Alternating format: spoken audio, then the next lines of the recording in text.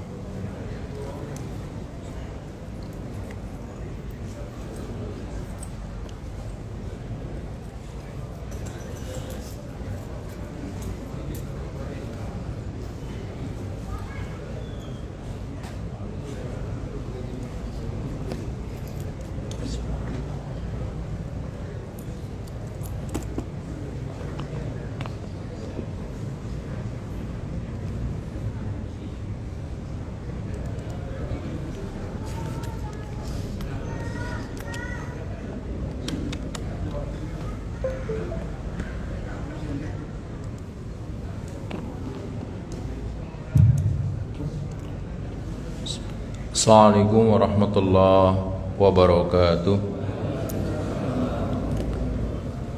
Innal hamdalillah nahmaduhu wa nasta'inuhu wa nastaghfiruh wa na'udzu billahi min sururi anfusina wa min sayyiati a'malina may yahdihillahu fala mudhillalah wa may yudlilhu fala hadiyalah. Asyhadu an la ilaha illallah wahdahu la syarikalah wa asyhadu anna Muhammadan abduhu wa rasuluh. Allahumma salli wa sallim wa barik ala nabiyyina Muhammadin wa ala alihi wa sahbihi ajma'in. Amma ba'du. Qala ta'ala ya ayyuhalladzina amanu taqullaha haqqa tuqatih wa la tamutunna illa wa antum muslimun. Kepada para alim ulama, para asatidz, para guru, tokoh masyarakat, pengurus DKM, serta Bapak Ibu jamaah sholat subuh, juga jamaah itikaf Masjid Al-Ikhlas rahimani wa rahimakumullah. Pertama, tentu kita semua merasa wajib untuk senantiasa bersyukur kepada Allah Ta'ala, di mana atas segala karunia-Nya kesempatan subuh pagi hari ini, di hari ke-26 Ramadan tahun ini, kita semua masih diberi kesehatan oleh Allah Ta'ala dan diberi keringanan untuk sama-sama bisa hadir ke masjid ini untuk melaksanakan perintah Allah dan Rasulnya, sholat subuh setelah sebagian kita udah itikaf. Mudah-mudahan seluruh rangkaian ibadah kita senantiasa mendapatkan ridho dan pahala dari Allah Ta'ala. Sholawat dan salam mari sama-sama kita sanjungkan kepada baginda Rasulullah Sallallahu Alaihi Wasallam, para keluarganya, sahabatnya, dan orang-orang yang istiqomah dalam meneruskan perjuangannya. Apakah suara saya bisa didengar dengan baik? Alhamdulillah. Baik, pagi hari ini izinkan saya melanjutkan materi sebelumnya berkaitan dengan Ramadan, dan hari ini kita akan bicara tingkatkan interaksi dengan Al-Quran di 10 hari terakhir menuju sukses tanpa batas. Materi ini diambil dari buku yang utama saya yang baru terbit, buku Inspirasi Menghidupkan Ramadan dan Meramadankan Hidup, mengubah menuju sukses tanpa batas, dan dilengkapi dengan buku saya yang pertama, yaitu buku Rahasia Sukses Tanpa Batas. Jadi dua buku ini yang menjadi rujukan pagi hari ini. Tentu kalau satu buku nggak cukup, jadi saya coba merangkum dua buku. Baik, kita akan memulai dari pengulangan di buku saya Inspirasi Menghidupkan Ramadan. Salah satu yang menjadi sumber rujukan sebagai inspirasi kita di bulan Ramadan ini adalah bahwa Ramadan itu terambil dari akar kata yang artinya pertama adalah membakar. Oh, belum nambah. Satu sudah. Oke. Membakar. Apa yang dibakar? Dosa-dosa kita. Ramadan membakar dosa-dosa kita. Seperti hadis yang kita sering mendengar, man shoma ramadhana imanan wahtisaban ghufir lahu ma taqaddama min dambi. Siapa yang puasa bulan Ramadan karena mengharap pahala dari Allah, maka akan diampuni seluruh dosa-dosanya. Mana lain apa? Mengasah jiwa kita. Itu mana yang lain. Kemudian yang akan menjadi kupasan kita adalah meneruskan pertemuan yang lalu bahwa Ramadan juga digambarkan oleh para ulama seperti tanah yang subur. Sekali lagi, di Ramadan seperti tanah yang subur, ditanamin apa saja akan tumbuh luar biasa hasilnya. Tetapi sekali lagi, apalah artinya tanah yang subur kalau petaninya malas? Jadi sudah sering disampaikan, ada anak muda sukses, ada orang tua sukses, ada perempuan sukses, ada ya remaja sukses, ada. Tapi satu tidak pernah ditemui, orang malas sukses. Jadi itu termasuk ketika sampai dengan anugerah Ramadan sampai kepada kita, tidak dikelola dengan baik, nggak akan mengantar apa-apa. Oke. Dan tentu panen akan berlimpah jika satu, tanahnya subur. Komponen penting nih diperhatikan. Yang kedua, bibitnya unggul.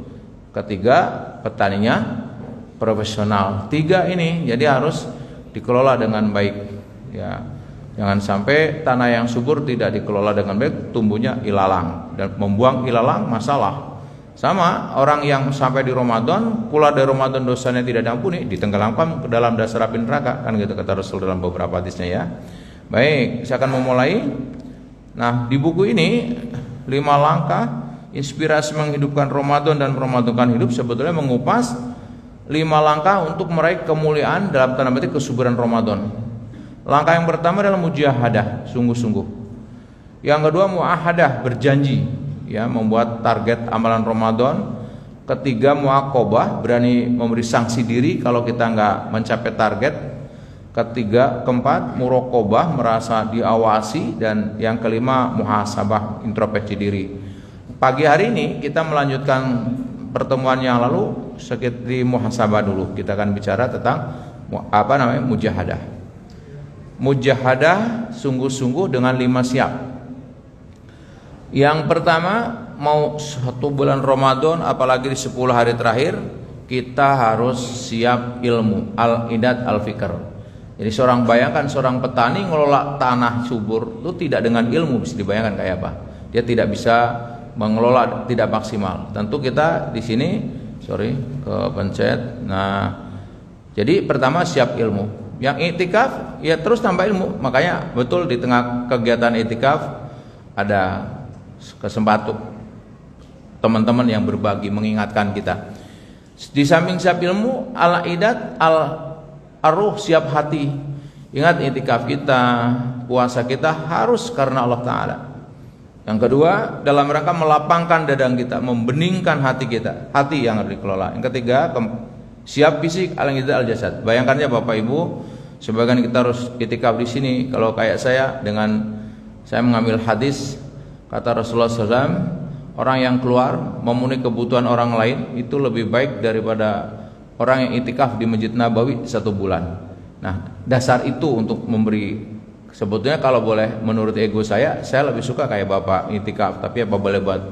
Jadi fisik bagi kayak saya memang nggak bisa tawar. Ini hari ini, tadi malam pulang malam, dan ini akan lanjut ke besok Pak, karena dari sini siang ada di Tanjung Mas Raya, kemudian malamnya lagi agak jauh sekali di pos Pengumben, langsung kajian iktikaf di Grand Wisata, jadi dari ujung ke ujung, dari Jakarta Barat ke Bekasi sana di Grand Wisata, lanjut kajian iktikafnya subuhnya di Raudhah. Jadi 5 sekaligus, dan itu udah berapa kali dalam mulai 10 hari terakhir ini. Begitu nyambung, tidak terasa. Jadi kajian itu, makanya bayangkan kalau fisiknya nggak kuat, tidak boleh tawar. Fisik harus dijaga. Ya boleh ya minum suplemen untuk ibadah, jangan kalah gitu. Bagaimana kita yang kita bicarakan orang yang lemah kalah, kenapa kita nggak bisa selesai? Orang lain bisa 10 kali dalam sebulan hatam Quran, ada 6 kali, ada yang 5 kali. Kalau kita 1 kali tidak, ada yang salah gitu. Kenapa? Berarti kita lemah. Pertama, lemah iman tentunya. Yang kedua, lemah fisiknya, karena kegagalan baca Quran biasanya ngantuk, kalah oleh ngantuk. Ya, itu kan ada beberapa teknik juga, tapi yang penting fisiknya. Jadi kepada teman-teman masih ada waktu ini, kurang lebih 3-4-5 hari ke depan, jangan biarkan. Kita maksimalkan. So, alhamdulillah yang udah bisa itikaf. Kalau saya sampai akhir kayaknya masih terus itikafnya malam saja, siangnya tetap jalan. Hanya kurang sehari saya bisa kelihatannya. Tidak masalah. Jadi saya ingatkan itu, siap fisik.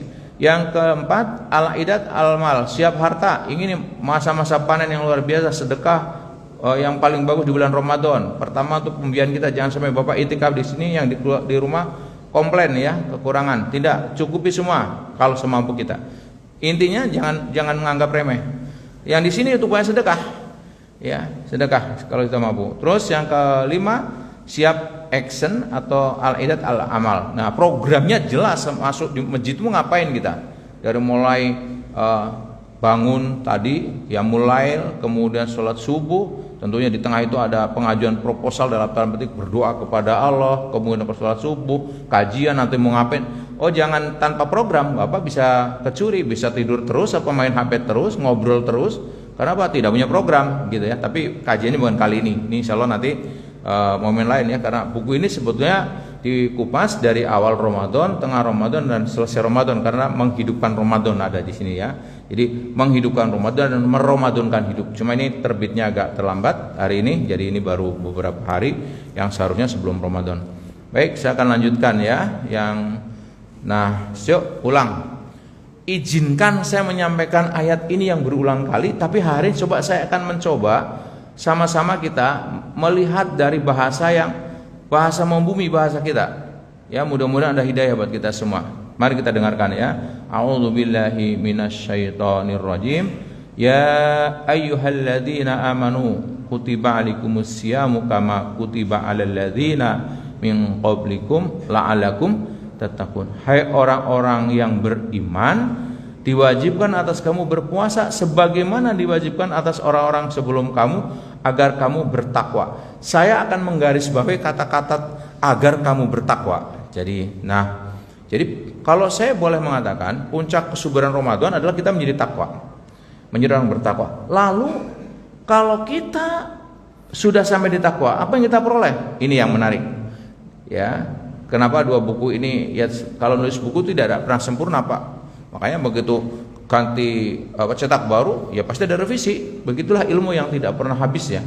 Nah, saya mencoba telusuri lagi, ternyata ini yang luar biasa, Pak. Dan saya ingin mengingatkan diri saya dan Bapak, jangan main-main dengan ini, momen ini mumpung masih kita dikasih Ramadan. Dengan puasa akan menjadi bertakwa kata Allah Ta'ala. Nah, ternyata takwa kepada Allah kunci meraih sukses tanpa batas. Oke, bahasa sederhananya, kunci sukses dunia dan akhirat. Dasarnya apa? Yuk perhatikan ayat ini. Ini juga sering saya sampaikan. Surah 3 Al-Imran ayat 200 yang ujung. Apa firmannya? Wattaqullaha la'allakum tuflihun.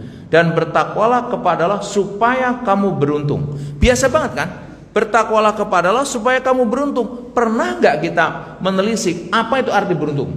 Nah, saya coba tawarkan kepada Bapak, dan hari kita coba memaknai ayat ini dengan makna yang berbeda dari yang biasa kita sekedar dengar saja. Titik fokusnya kata-kata beruntung, Pak. Di sini, dan bertakwalah kepada Allah supaya kamu beruntung. Ternyata begitu saya buka kamus, beruntung sama dengan berhasil.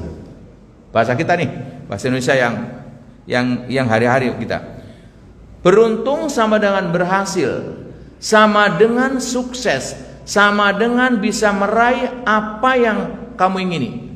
Itu. Jadi kalau saya ingin sukses, saya ingin bisa meraih apa yang diingini, saya ingin beruntung, sama itulah. Ya, antara beruntung, berhasil, sukses, bisa meraih apa yang diingini, sama. Jadi kalau mengatakan Pak Rahmat hari ini sukses, ya sukses saya sampai di sini karena saya ingin tadi dari rumah setelah menyiapkan materi, mudah-mudahan sampai di duta, dari duta saya ke Tanjung Mas Raya, akhirnya sampai sini sukses saya. Karena Pak, saya bisa meraih apa yang diingini. Ada orang ingin kuliah sampai sarjana, begitu sudah orang ngucapin selamat ya, kita lagi ngomong selamat ya, kamu sampai apa yang kamu ingini, gitu kan? Kalau orang kuliah biasanya kan awal mulanya gelar, walaupun itu bukan tujuan utama, ilmu lah, tapi simbolnya di wisuda misalkan. Oh, anak kita habis Quran, ngucapin selamat. Selamat ya, anak bapak sudah selesai, sudah wisuda habis Quran. Selamat ya, anak bapak atau bapak sudah sampai apa yang kamu ingini. Ketangkap? Baik, yuk kita ayat tadi yang wattaqullaha la'alakum tuflihun, dan bertakwalah kamu kepada Allah supaya kamu beruntung.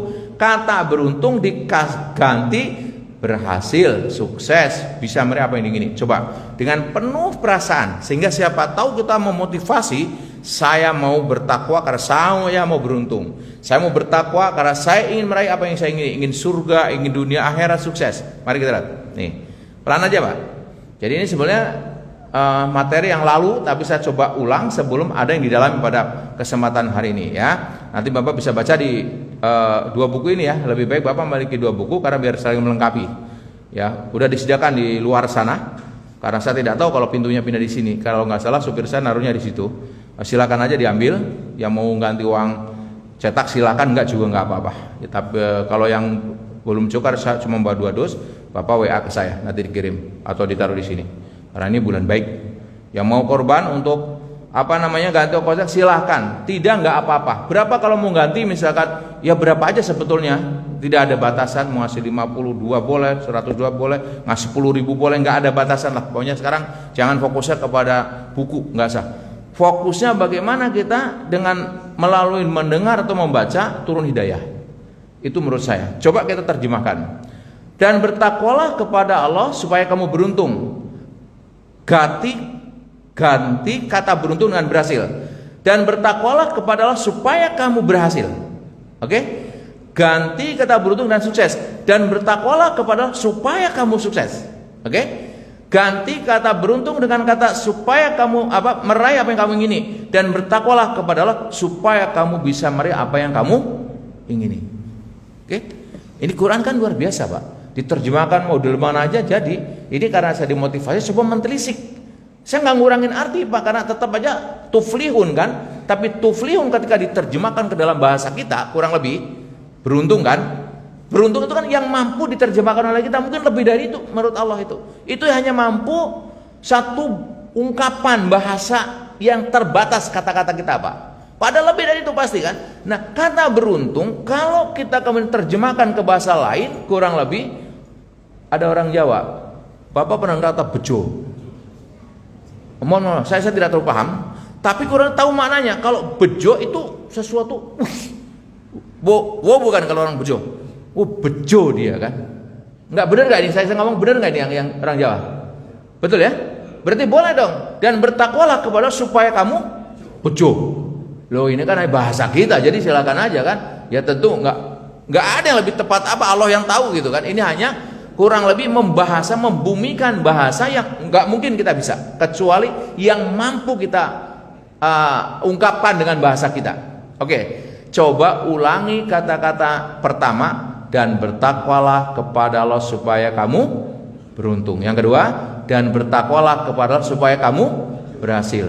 Dan bertakwalah kepada Allah supaya kamu sukses. Dan bertakwalah kepada Allah supaya kamu bisa meraih apa yang kamu ingin. Orang Jawa supaya kamu bejo. Silakan aja. Yang Sunda apa? Pak Maman, apa Sundanya itu?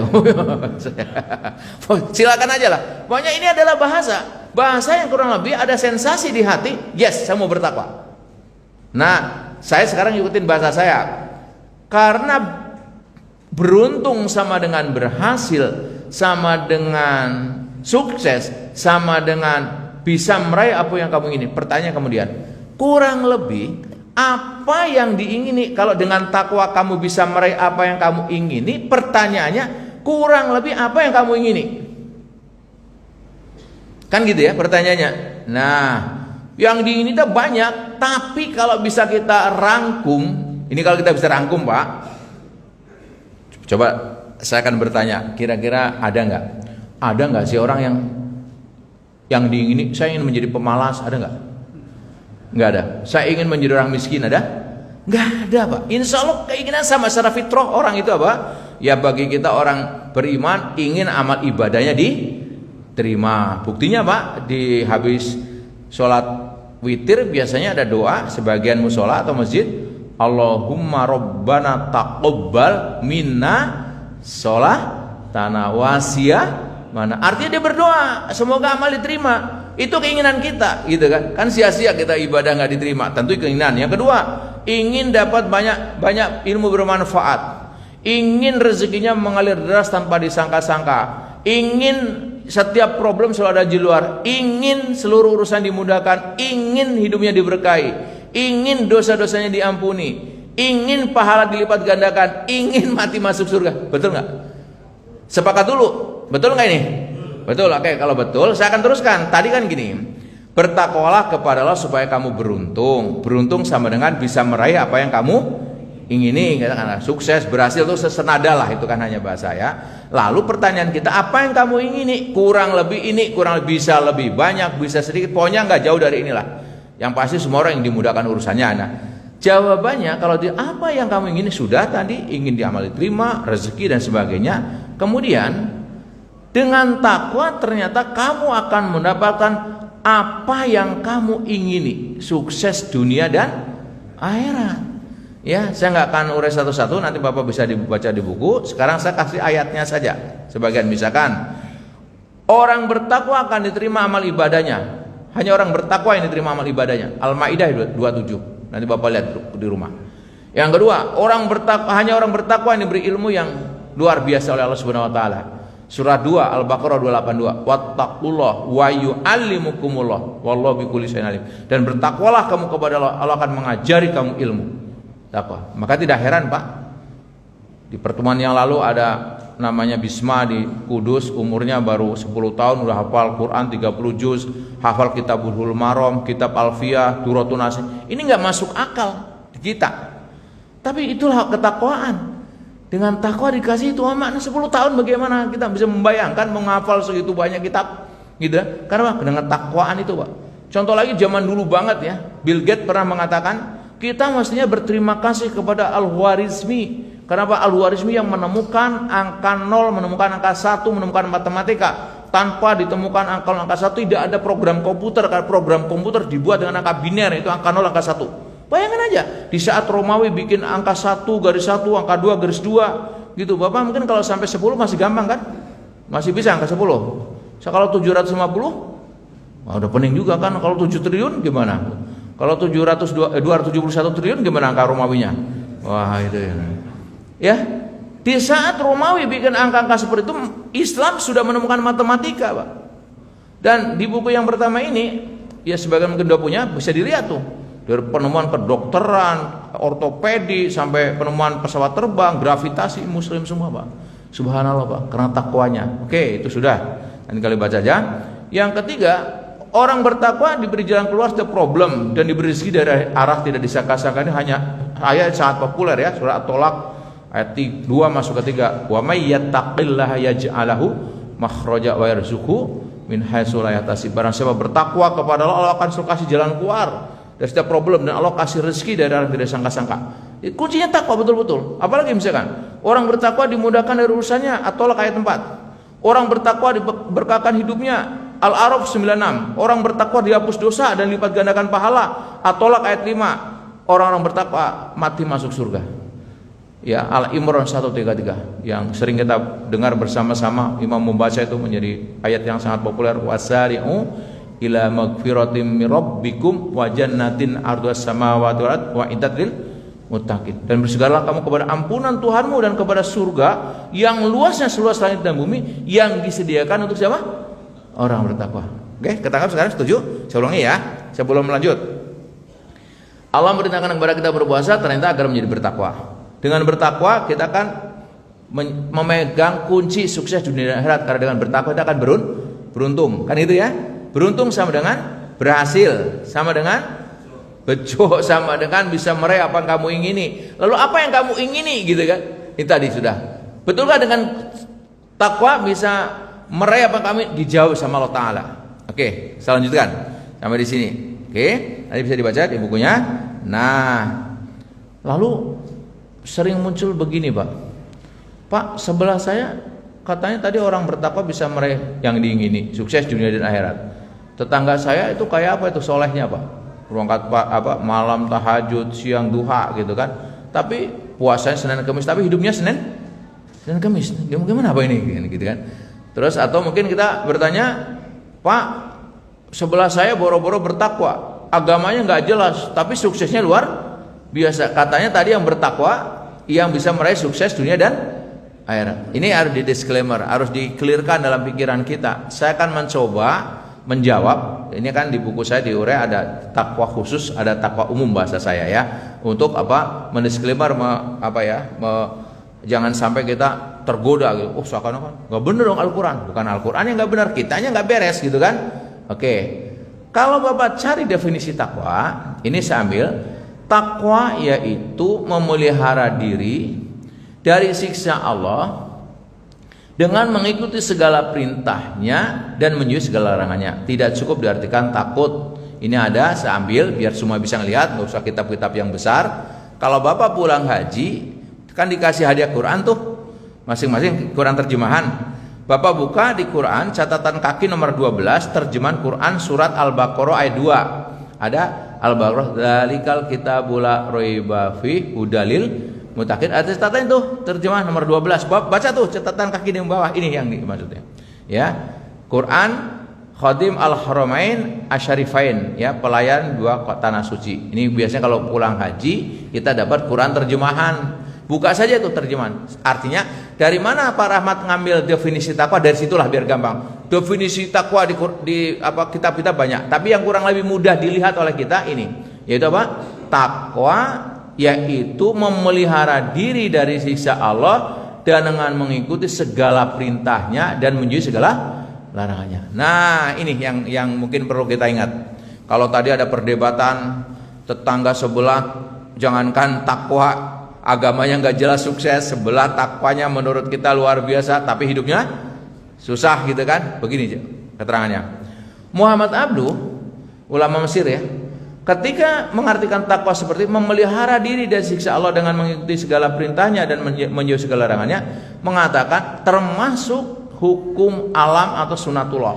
Contoh, kalau ada orang, maaf ya, miskin hidupnya, miskinnya disebabkan malas dia, malas kerja, malas berdoa, malas gerak, maka miskin adalah siksa Allah. Kenapa? Dia tidak berhindar dari kemiskinan itu, tidak ngikutin perintah, menjauhi larangan. Oke, kalau ada orang sakit-sakitan, sakit-sakit itu ya kena diabetes, kena asam urat, kompleks lengkaplah dia, pokoknya koleksi dia, koleksi penyakit ya. Jadi kalau orang lain koleksi barang mewah, dia koleksi apa? Penyakit. Nah, tapi sakit-sakit itu karena pola makan yang tidak diatur ya. Kalau minum gula katanya kalau nggak 3 sendok tidak mantap, oke minum gula, terusin aja. Sate kalau tinggal 30 tusuk tidak puas, 30 tusuk sate terusan aja gitu kan, nggak ada usah, paling nggak bisa, kalau nggak 30 tusuk saya nggak mantap. Oke, gulanya 3 sendok, terus satenya 30 tusuk, apalagi misalkan ya udah petenya 3 renteng bisa, udah sekaligus saja, terusin aja lah, kurang lebih ya nggak nyampe setahun lah. Panen raya itu insya Allah lah gitu ya. Nah itu kalau panen rayanya penyakit tadi ya, asam urat, kolesterol, apalagi diabetes, itu siksa Allah. Kenapa? Dia tidak berhindar. Ketangkap ini? Kalau begitu, ini secara umum dulu, secara sunatullah, hukum alam bergerakan begitu aja. Kalau begitu, siapa dalam tanda petik yang bertakwa secara dunia? Secara dunia, ya tentu orang Jepang, orang Korea, yang mereka berhindar dari siksa dengan apa? Kerja keras, disiplin, apalagi ya, rajin mencari ilmu. Mereka terhindar. Tapi karena terhindar urusan dunia, ya dunia saja. Kalau dia nggak sholat, dia nggak taat kepada urusan akhirat, ya dunia mungkin selamat, di akhirat ya celaka. Sebaliknya kayak kita, rajin sekali ibadahnya, dalam arti kata hablum minallahnya, tapi orang malam-malam tahajud, dia tahajud, ya siang duha, tapi habis duha dia tidur, orangnya kerja gitu kan, bangun sholat lagi, tidur lagi gitu. Kira-kira gimana? Pernah nggak Bapak dengar atau nggak tahu? Mungkin ada, tapi saya belum ketemu orang yang rajin begitu. Pokoknya asal habis salam lagi butuh uang kuliah anak kita 40 juta untuk masuk perguruan tinggi. Begitu sholat, assalamualaikum 20 juta, assalamualaikum 20 juta. Terus berdoa lagi mau nambah toko, ya, wah alhamdulillah assalamualaikum 50 juta gitu. Enggak lah kayaknya, kalau ada jarang sekali kelas kita begitulah. Tetap kita harus usaha. Artinya apa? Yang sempurna Islam, ya apa? Doanya Robbana atina fid dunya hasanah wa fil akhirati hasanah wa qina adzabannar. Ini yang saya ingin mengatakan. Jadi jangan sampai kita salah. Pulang dari sini, Pak itu nggak bertakwa. Bertakwa secara dunia dia. Pantas dia disiplin, kerja keras. Ya tapi kalau dia urusan akhiratnya ya di neraka, di akhirat neraka lah. Sebaliknya kita mungkin ya boleh dia hidupnya susah kalau dia benar-benar ibadah serius dan akhirat, ya di dunia sementara susah tapi di akhirat selamat. Nah, di buku ini nanti Bapak baca lagi ya. Jadi orang dikelompokkan begini, Pak. Perhatikan dengan baik biar clear. Jangan sampai saya diajarin ngajarin dunia juga nggak mau. Akhirat tok juga bukan bidang saya, dunia dan akhirat. Oke. Jadi gini kaitannya kesuksesan ya di buku yang pertama ini. Kalau di buku ini kaitan dengan Ramadan. Ada orang sukses dunia dan akhirat. Doa tadi. Ada orang ya sukses di akhirat, di dunia susah. Dia rajin ibadah tapi qadarullah lah takdirnya di dunia dia miskin gitu kan. Tapi akhiratnya selamat. Ada juga selamat di dunia, di akhirat sengsara. Mewah dia, harta, sehat, tapi nggak sholat, celaka di akhirat. Ada yang keempat paling apes, sengsara di dunia, sengsara di udah nggak sholat, miskin pula. Waduh, sengsara, udah habis itu. Nah itu di buku saya, itu ya udah diungkap. Nah kita kalau boleh milih yang mana? Fid dunya hasanah, akhirat hasanah, itu yang kita nggak boleh hindari. Nah contoh mana? Oke, Pak, Islam ketika berkembang dibawa oleh Rasulullah SAW itu mengagetkan lawan loh Pak. Bagaimana tidak, dalam kurun waktu 23 tahun Rasul telah mengubah peradaban Pak, dari masyarakat jahiliyah menjadi masyarakat modern Pak. Dari hubungan tingkat lokal udah tingkat internasional di bawah Rasulullah. Pokoknya berkembang luar biasa sampai Romi mengatakan, apa sih rahasianya Muhammad dan teman-temannya hanya kurang 23 tahun begitu majunya, sementara kita ratusan tahun untuk bisa seperti dia. Maka orang Romawi rajanya ngirim intel ke Madinah untuk apa? Memata-matai apa sih sebetulnya yang dilakukan mereka Muhammad dan teman-temannya sehingga begitu hebat. Setelah intel membersamai, namanya intel kan nggak ketahuan, kayak seakan-akan sahabat gitu, seakan-akan kayak orang Islam gitu, ngikutin siang malam yang dikerjakan. Pulang setelah mengintelin orang-orang Madinah ya Rasulullah dan teman-temannya, para sahabatnya, pulang ditanya rajanya, apa rahasia Muhammad dan teman-temannya begitu hebat? Apa jawabannya? Wahai raja, Muhammad dan teman-temannya ruhbanun bilail wa firsanun binahar. Ini untuk pegangan kita. Muhammad dan teman-teman itu kalau malam seperti rahibnya kita, seperti kiainya kita, bahasa dia, menjerit, menangis begitu dekatnya dengan Tuhannya, dengan Allah Subhanahu wa taala. Kalau siang seperti singa padang pasir, garang dia, yang dagang-dagang, yang berperang. Itu yang menjadi pegangan kita. Contoh itu Pak. Jangan Bapak dibalik-balik, baru puasa aja udah kayak pengantin baru, jalannya klemer-klemer. Tenang aja, biasa aja kali, puasa juga gitu, biasa aja. Begitu pengumuman besok puasa, baru mendengar pengumuman langsung lemes. Biasa aja, kerja apa gitu. Itulah kenapa kita dandanin semua, fisiknya, hatinya. Jadi kadang-kadang fisiknya sehat tapi hatinya enggak kuat Pak. Itu ya, seperti ada orang di Madinah itu, di Timur Tengah sana, seorang tua ikut sholat yang semalam 30 juz dari habis Isya sampai menjelang sahur, kuat-kuat imam itu kan. Ini ada orang tua jauh 10 kilo ke masjid itu, ditanya oleh anak muda, Mbah, kok Mbah bisa kuat 30 juz berdiri tanpa istirahat? Saya aja muda, sebentar lagi berapa Pak istirahat, berapa kali istirahat gitu kan. Terus rumahnya di mana? Rumah saya jauh sekali 10 kilo. Kok bisa? Saya udah berapa puluh tahun saya ikut seperti ini. Kok Mbah kuat? Bahasa kita begitu. Banyak Pak. Dek, ini bukan urusan kuat fisik, urusan iman. Gitu. Jadi bukan urusan fisik, urusan apa? Iman. Fisik boleh seger, baru baca Quran setengah aja leprak. Gitu. Yang nyoba boleh di sini. Semalam berapa? Nggak usah 30, 10 juz lah. Kira-kira berapa pesertanya? Nyobanya gitu apa dijamin yang ikut 10 juz yang muda-muda? Belum tentu, jangan-jangan ada sepuh-sepuh yang muda-muda masih banyak dosa tergeleprak. Jadi bukan fisiknya, dua-duanya, imannya dan fisiknya. Tapi kaitan dengan ini, fisik nggak boleh dientengin. Oke? Karena itu ini 10 hari terakhir kita semua harus jaga. Pokoknya fit dunya akhirah. Ketangkap ya? Jadi kalau ngomong takwa jangan mengatakan gini, semula nggak takwa sukses para mat. Takwa urusan dunia, dia berhindar dari siksa. Ya kan, siksa dunia maksudnya. Kalau nggak sholat tetap aja direbus neraka. Sebaliknya kita mungkin rajin ibadah dan sebagainya secara ukhrawi. Kalau dunia nggak mau gerak ya nggak mungkin dong. Gerak, Rasulullah ngajarin bergerak. Abu Bakar, Umar, Utsman, Abdurrahman bin Auf, Ki Ahmad Dahlan, itu bergerak Pak. Nggak bergerak Pak. Nggak diajarkan oleh kita duduk 24 jam terus dengan izin Allah kita berlimpah, nggak bisa. Ya kita ikutin sunatullahnya berjalan di takwa harus mengandung dua. Nah kita tentunya ruhbanun bilail wa firsanun binahar. Malamnya kita dekat dengan Allah, siang tetap yang usaha gitu ya, kecuali sekarang lagi itikaf. Oke, biar clear nih. Baik. Nah lalu kalau tadi dengan bertakwa akan mendapat meraih apa yang kita ini dengan cara mengikuti perintahnya, menjauhi larangannya, ya. Lalu apa perintahnya yang harus diikuti? Nah, ini yang penting. Banyak sekali, Pak, tapi pagi ini kita satu saja walaupun belum tentu selesai ya, karena nanti dibaca bukunya aja, karena 2 buku ini kan bagaimana kan dikupas 1 jam kurang, nggak mungkin. Kita hanya kisi-kisinya aja.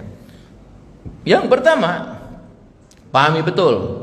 Bagi mereka yang mengatakan saya ingin bertakwa, siap-siap diri mau berinteraksi dengan Quran, karena Quran sebagai petunjuk orang bertakwa.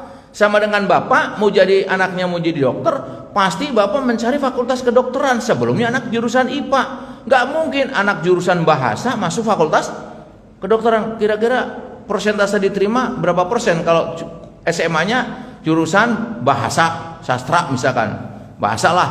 Terus masuk tesnya kedokteran, berapa persen bisa diterima? Ya, kalau ada keajaiban tuh, anak ajaib lah gitu ya. Ya, walaupun dialami anak saya kan pesantren, ngapalnya nahwu sorof tamat pengen kuliah di IPB. Setengah kaget saya, luar biasa. Tapi saya pantang, ini pasti ada solusi kan. Tapi ini kan spesial yang kayak gini, nggak semua orang mampu. Saya tanya, apa alasan kamu masuk IPB? Saya suka ikan ya. Astagfirullahaladzim, suka ya. Karena yang mempelajari ikan hanya di IPB, dia bilang yang paling hebat. Ya udah. Pertanyaan saya adalah, kamu serius nggak? Serius siap nggak ngikutin perintahnya? Kalau orang mau dalam tempo kamu selama sekolah ngurus pesantren tiba-tiba masuk IPB, siap? Udah, saya carikan program. Itu tetap aja ngikutin perintahnya. Saya carikan guru privat, bimbingan belajar, nanganin dia khusus itu, Pak. Sudah level pertama, level kedua saya bawa ke kampus IPB, cari mahasiswa yang udah itu, cari kisi-kisinya. Oh itu tahapannya apa? Itu nggak sekaligus bisa. Udah diterima, alhamdulillah lulus di IPB. Tinggal nggak bengong setiap mata kuliah. Kata gurunya waktu SMA kita pelajari, dia nggak belajar. Terus telepon saya, ayah nih nggak paham saya dikirikan. Nah gimana? Cari mahasiswa diajak ke kampusnya.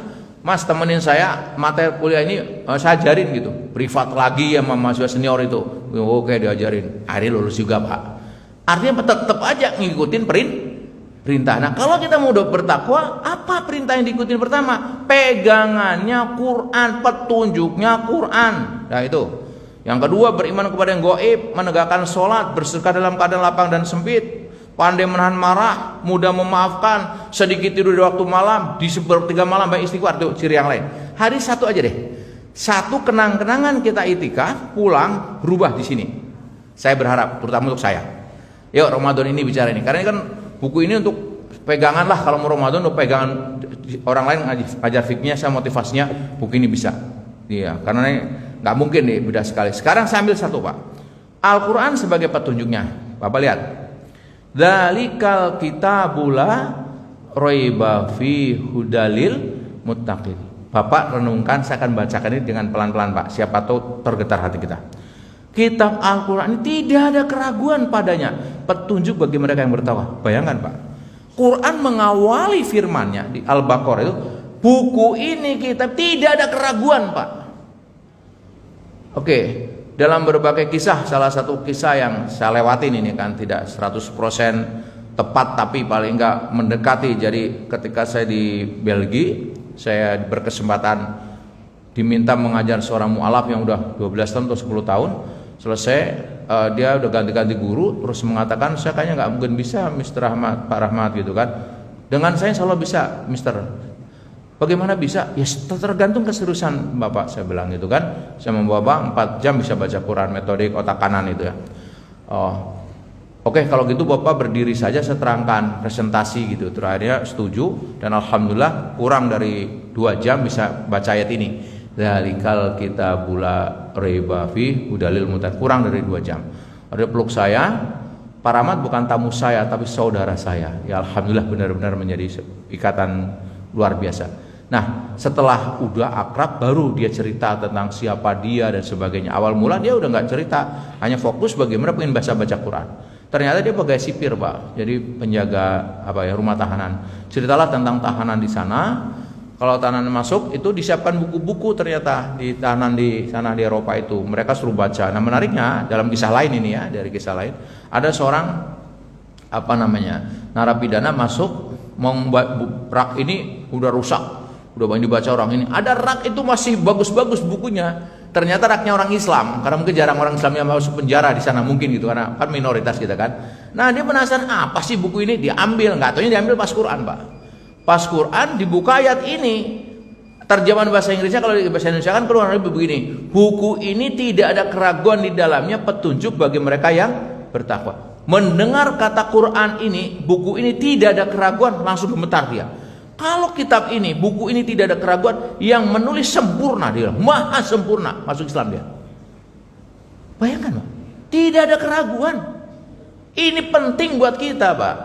Ketika baca Quran, apapun disampaikan tidak ada keraguan. Ingatkan diri kita, Allah yang berfirman, tidak ada keraguan. Kalau tadi dikatakan apa yang kita ingin jalan keluar, ingin rezeki, Allah berfirman, barang siapa bertakwa kepada Allah akan dikasih jalan keluar, dikasih rezeki tidak disangka-sangka, hakul yakin benar, tidak ada keraguan bahwa Allah akan mengajari orang-orang yang bertakwa, hakul yakin benar. Allah akan memberi kemudahan kepada siapa yang bertakwa, hakul yakin benar, tidak ada keraguan, la roiba fi. Oke? Nah kita sering baca Quran lewat saja. Sudah, ini takwa kunci sukses dunia akhirat. Ya enggak sibuk memperbaiki takwa. Mestinya kalau kita yakin tidak ada keraguan, pelajari itu dong. Wong kita mau belajar hanya urusan properti harus membayar 30 juta. Hanya berpikir positif masih ingat ya. Belajar berpikir positif bayar 11 juta sama masih ingat itu. Orang badan bayar Pak. Ini Quran Pak. Nah yang ngajar itu belum tentu juga yang diajarkan manusia belum tentu benar gitu kan. Artinya nggak 100% bisa benar. Quran Allah yang berfirman. Nah kita enggak. Padahal la roiba fi. Oke. Nah sekarang udah sepakat ya. Quran sebagai petunjuk. Artinya kalau gitu, kalau kita ingin menjadi orang bertakwa, tingkatkan interaksi dengan Quran. Karena begitu. Oke. Nah karena itu Rasul SAW dikisahkan wa kana yalqahu fi kulli lailatin min ramadhana wa yudarisul Quran. Adalah Jibril menemui Rasulullah tiap malam dalam bulan Ramadan dan bertadarus Al-Quran. Ditingkatkan interaksi. Jadi Bapak selama itikaf coba yang enggak biasa menghatamkan 3 hari mumpung itikaf Pak, syukur bisa sehari semalam 30 juz.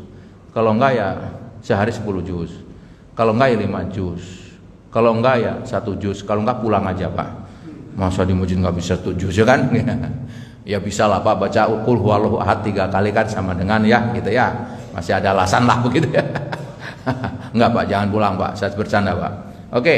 Adalah Nabi sallallahu alaihi wasallam apabila masuk 10 hari terakhir, beliau mengencangkan kainnya, menghidupkan malamnya dan membangunkan keluarga. Serius Pak.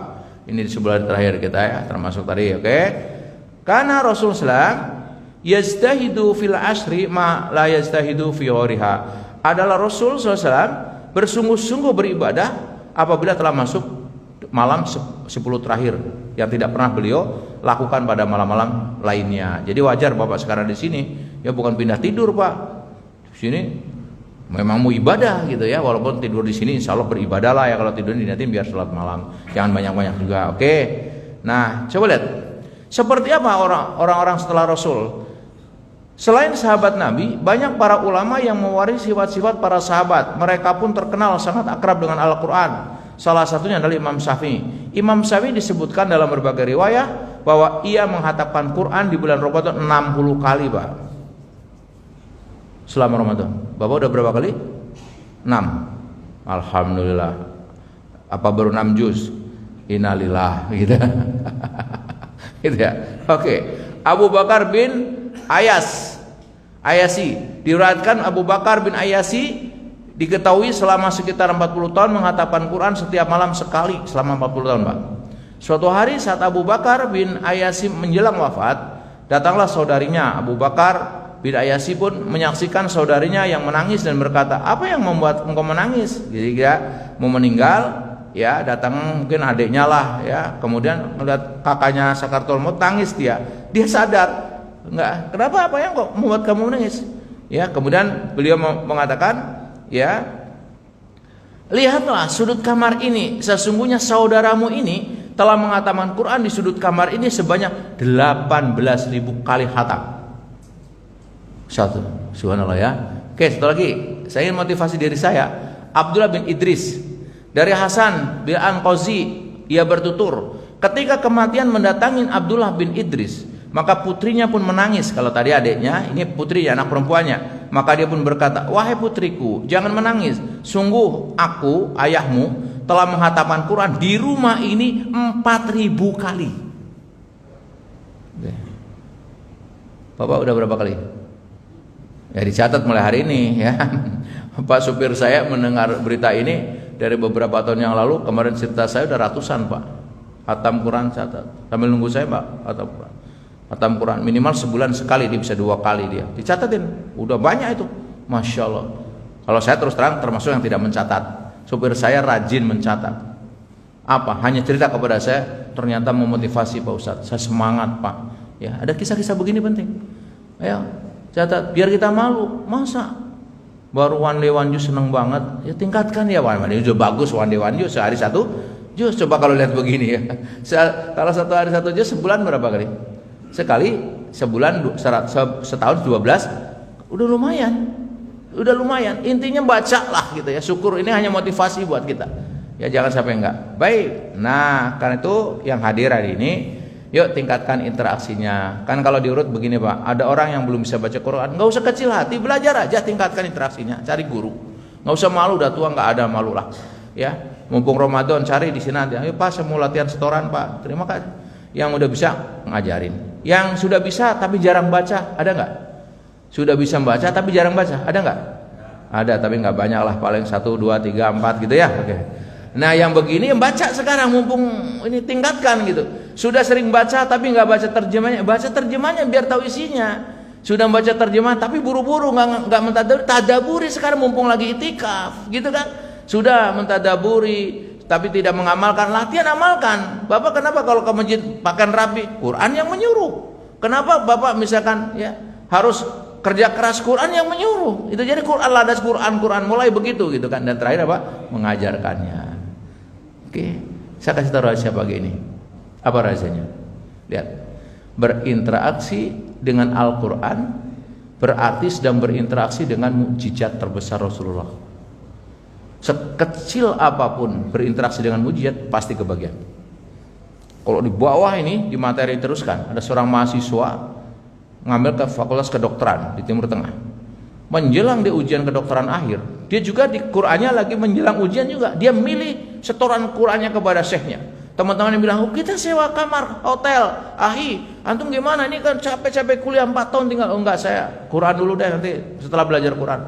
Terus temannya betul nyewa hotel untuk belajar serius, nggak mau diganggu. Ini tetap setoran dengan syekhnya karena ngajar itu, tapi tetap belajar kedokterannya semampunya. Ketika saat ujian bersama-sama, apa yang menarik? 2 hari sekian banyak ternyata yang lulus yang hafal Quran tadi. Sampai bilang, benarkah saya? Jangan ledek saya, gitu kan? Dia kan nggak sebut ngeliat pengumumannya, betul ada. Dan banyak kisah yang seperti ini. Ya, banyak kisah. Tingkatkan interaksi dengan Al-Quran. Banyak orang tersembuhkan dengan izin Allah, dengan aktif membaca Quran. Saya ketemu kemarin bersama seorang, mohon maaf, marbot, hidupnya susah, terus kemudian dia tanya ke yainya, kamu udah hafal Quran? Baca Quran yang banyak terus, baca, renungin. Subhanallah, hidupnya berubah sekarang dengan sangat luar biasa. Di awal dari situ. Ya, banyak kisah-kisah seperti ini, tapi bukan semata-mata itu hanya saya ngomongin, bagian dari motivasi lah gitu. Jangan mengharap-harap itu. Udah otomatis janji Allah akan turun. Ya kalau kita berinteraksi ya tentu akan kebagian. Nah, saya kasih tahu sedikit. Kan suruknya kalau nggak salah jam 6 lewat ya, apa sudah? Jam 6 lewat berapa gitu? Jam berapa? Oh 5.52 udah habis ya. 5.52 ditambah ya, tambah ada 5 menit lagi sampai 10 menit ya. Oke. Sorry. Begini. Quran kan diturunkan kita sebagai petunjuk, nggak mungkin tiap masing-masing kita dapat petunjuk. Nah, caranya gimana? Quran turun melalui Rasulullah sebagai orang yang akan menerima petunjuk lalu kepada kita. Karena Rasul sebagai orang yang akan menerima petunjuk, maka dia diberi apa yang disebut mukjizat, kelebihan-kelebihan yang tidak dimiliki oleh orang lain. Nah, karena Rasul adalah nabi terakhir, maka mukjizatnya pun mukjizat yang bisa dilihat oleh umat yang terakhir. Quran ternyata mukjizat yang bisa dilihat oleh umat terakhir. Ciri Quran sebagai mukjizat minimal memiliki 3 aspek. Pertama, aspek keindahan dan ketelitiannya, aspek informasi gaib, aspek isyarah ilmiah. 3 harus ada. Saya ngambil satu-satu, izin sedikit saya nambah biar agak sedikit ini ya. Contoh misalkan Al-Quran sebagai mukjizat. Dari zaman Rasul, orang kafir walaupun tidak suka dengan Quran, ngintip-ngintip ingin belajar Quran, Pak. Ingin mendengarkan keindahan Quran. Tapi kan dulu. Nah, sekarang saya ambil video singkat aja, Pak, saya tidak banyak, untuk sekedar memberi testimoni. Oke. Ceritanya nih ada anak iseng mau mendengarkan Quran di jalan kepada siapapun yang ditemui. Ini di Amerika, Pak. Nah, mari kita lihat, kata dia. Kemudian ketemu dia seorang, bisakah kamu mendengarkan ini? Kemudian dia mendengarkan yang dibaca surat Al-Fatihah kalau nggak salah nih, lihat. Al-Fatihah ya, udah jelas ya, nggak usah selesai kayak gitu. Nah, kemudian tanya, apa yang kamu rasakan? Karena saya lihat kamu sempat menutup mata. Apa jawaban dia? Dia bilang, setelah itu coba lihat. Sebenarnya bacaan tadi membawaku ke alam lain, kata dia. Yang saya rasakan seolah-olah dunia menghilang beberapa saat. Ini orang nggak ngerti apa-apa. Seakan-akan dunia menghilang. Dia masuk ke alam lain, hanya dengar Fatihah, Pak. Bapak bisa bayangkan, Pak? Nah, kita udah berapa kali nggak dirasakan itu gitu ya. Oke, yang lain kesinilah langsung. Langsung ini yang dibaca, Pak. Anas ya. Oke. Apa yang kamu rasakan? Kata pembawa, sangat lembut, mendatangkan ketenangan. Ini orang nggak ngerti apa yang dibaca. Subhanallah, itulah mukjizat, Pak. Ya, luar biasa. Kalau Bapak masih protes, tapi saya nggak ngerti bahasa Arab. Oke. Allah turunkan Al-Quran 14 abad yang lalu, belum ada komputer, bahkan buku pun belum ada, secara berangsur-angsur pula selama kurang lebih 22 tahun lebih lah. Tapi setelah zaman komputer dikomputerais,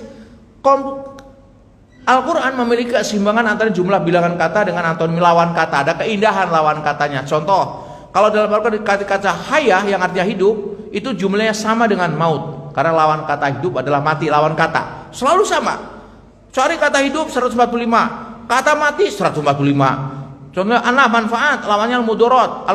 Al-naf 40 kali, 50 kali, mudoroh 50 kali. Kata al-har panas, al-bard dingin, masing-masing 4 kali. Kata as-solehat kebajikan, lawannya keburukan.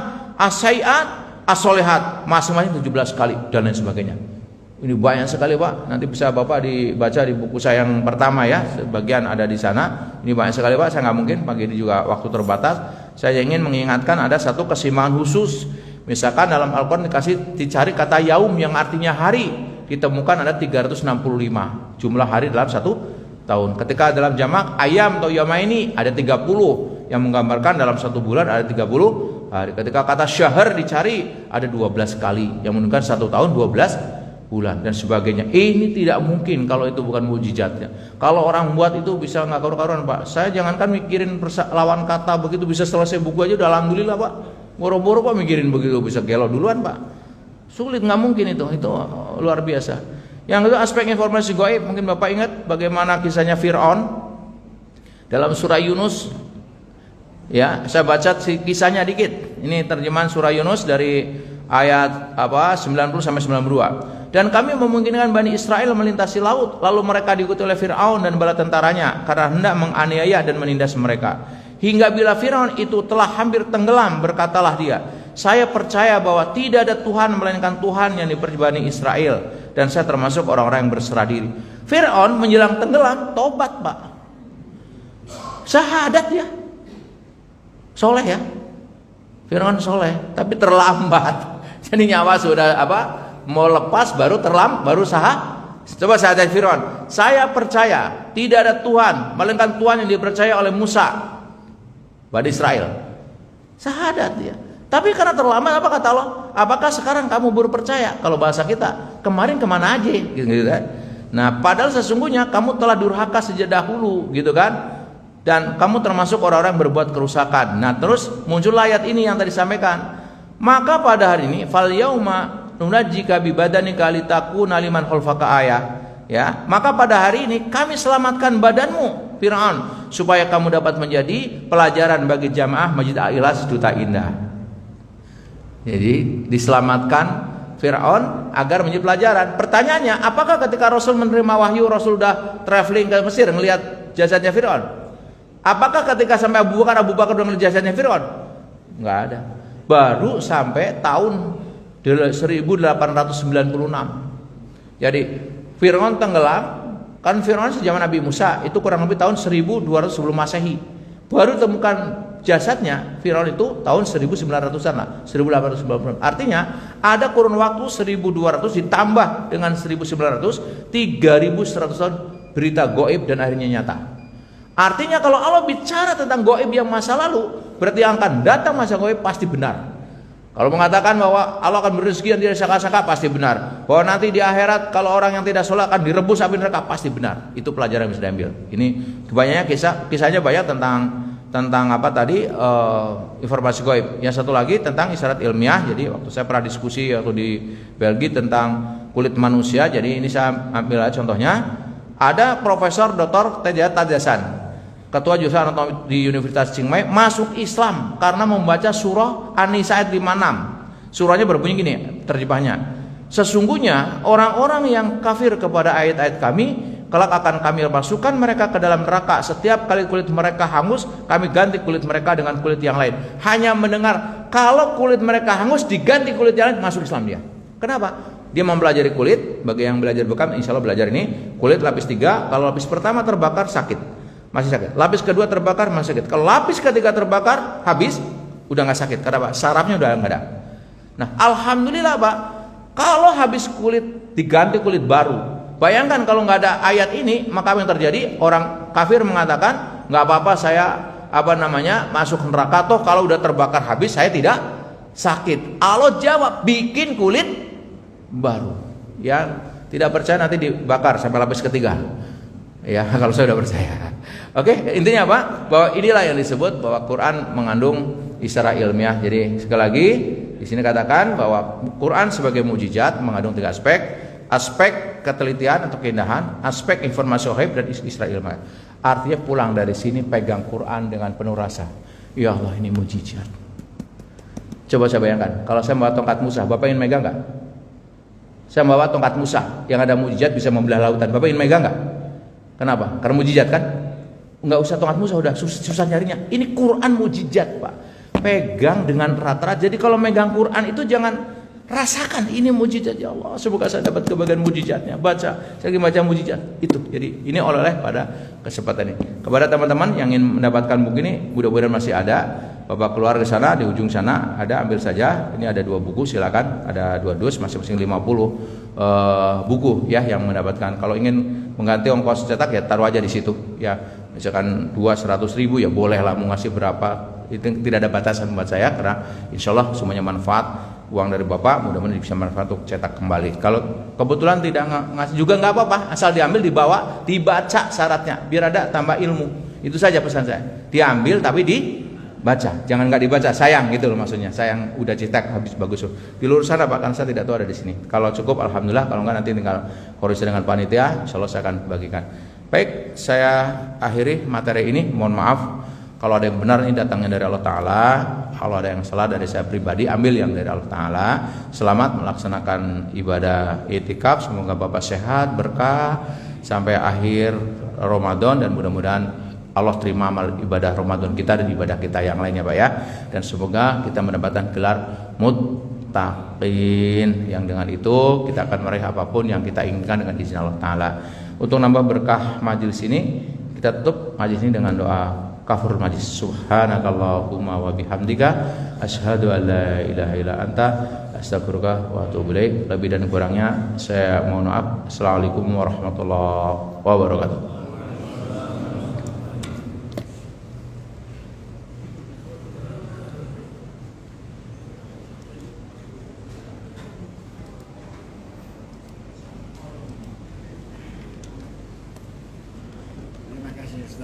Makasih Pak Haji.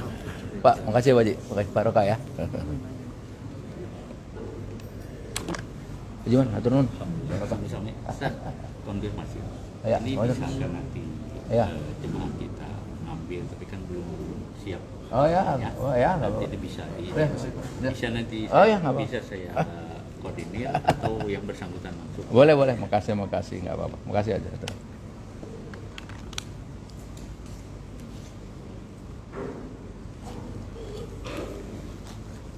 Jadi kalau Pak, sehat ya Pak ya. Makasih, saya terima nih.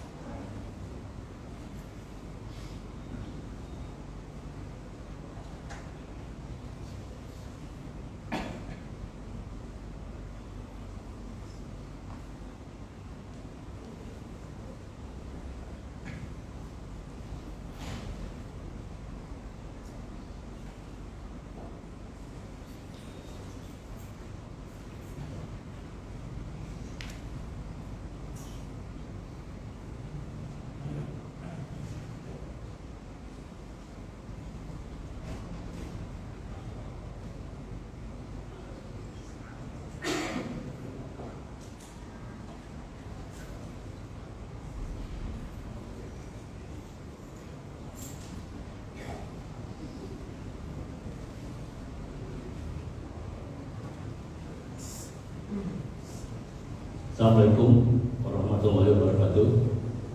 Bapak-bapak, ibu-ibu, seperti yang tadi disampaikan oleh Ustaz Rahmat Abu Bakar terkait dengan buku yang tersedia di depan, barangkali mungkin Bapak tidak membawa uang cash pada saat ini, jadi nanti silahkan Bapak langsung aja ambil buku yang Bapak mau dan jumlahnya berapa.